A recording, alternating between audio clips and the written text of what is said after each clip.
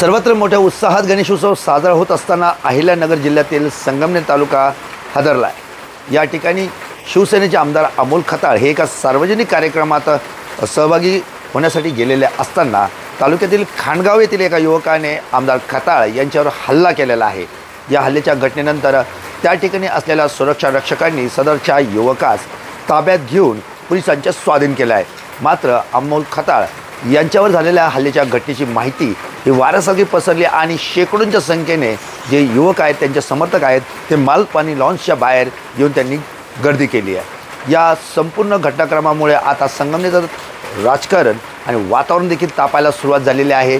या घटनेसंदर्भात आमदार खताळ यांच्यावर हल्ल्यासंदर्भात जिल्ह्याचे पालकमंत्री तथा राज्याचे जलसंपदा मंत्री राधाकृष्ण विखे पाटील यांनी देखील निषेध नोंदवला आहे।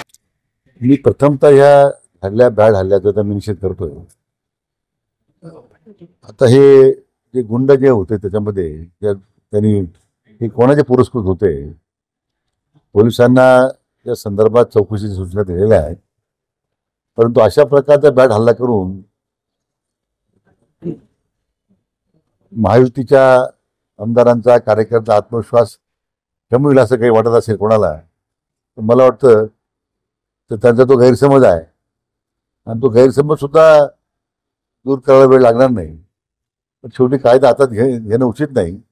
जी काही कायदेशीर प्रक्रिया आहे ती आता पूर्ण करावी आणि दोषींवर तात्काळ कारवाई करावी अशा सूचना दिलेल्या आहेत। जय सावंत, लोकसेवा न्यूज करिता शिर्डी, अहिल्यानगर।